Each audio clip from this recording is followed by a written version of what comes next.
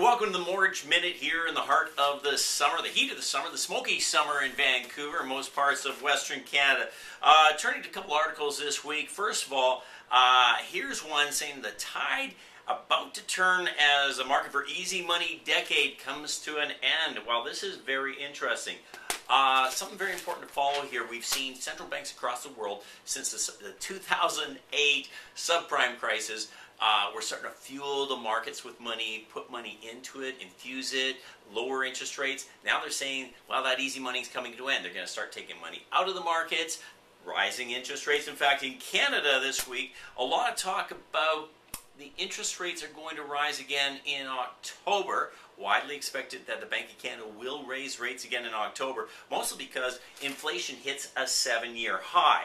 So when inflation hits a 7-year high, that buoys the Bank of Canada to feel very confident about raising rates. Now, obviously a big topic in Vancouver is the housing market, the housing crisis, affordability. So I'm going to read an article here, and I want you to think of, what does this remind you of? Dozens of news stories about housing costs soaring out of reach for many.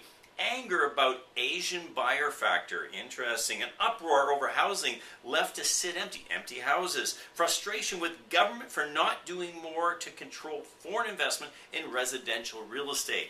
So, this is an article I just got off the internet. So, of course, you're thinking, yeah, that sounds like Vancouver. No, it's actually Sydney and Melbourne, Australia. More importantly, when was it?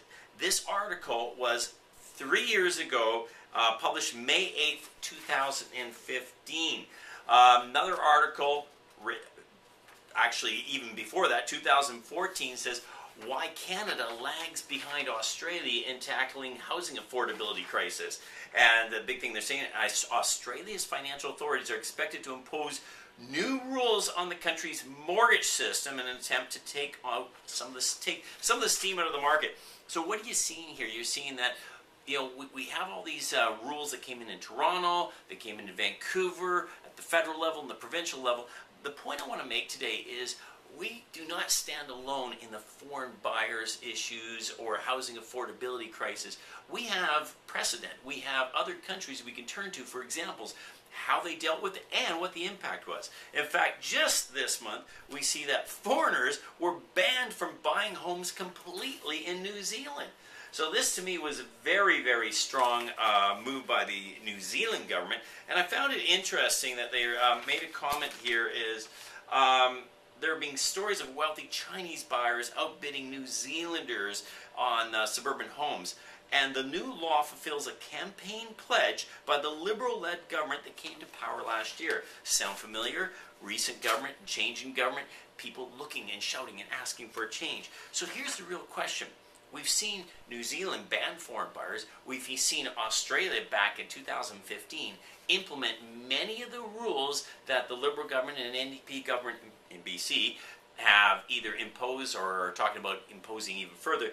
The question it begs is, how effective was it and what is the end result? One of the questions I would suggest is be careful what you ask for. Here's an article, and you're going to see more of these, by the way. It says, measures to cool Australia's housing market have worked.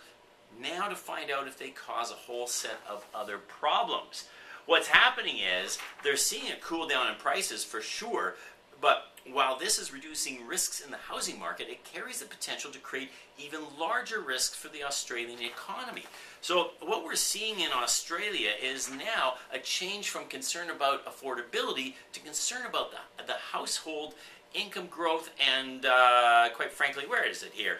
It begs the question, attempting to reduce risk in the housing market, could it create additional risks for a broader Australian economy? Australian household wealth fell by the largest amount since 2011. So suddenly Australia has gone from worrying about affordability crisis to worrying about whether their economy as a whole is on the brink. So what has this got to do with Vancouver? Well, you know what?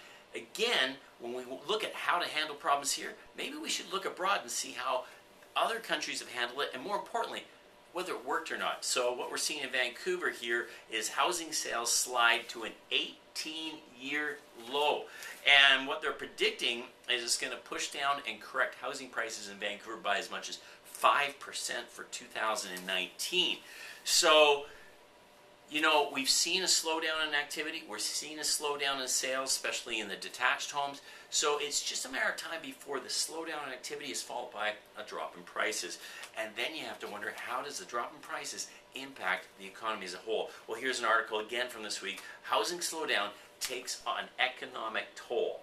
So, a toll on economic growth. So as Vancouver and Toronto have corrections in their housing markets, we're seeing it impact the greater economy. So I'm not saying we shouldn't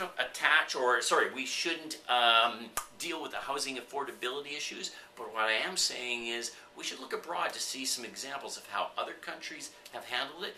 And again, be careful what you ask for, folks, because sometimes if you overcorrect, it could create a much bigger problem than you originally intended.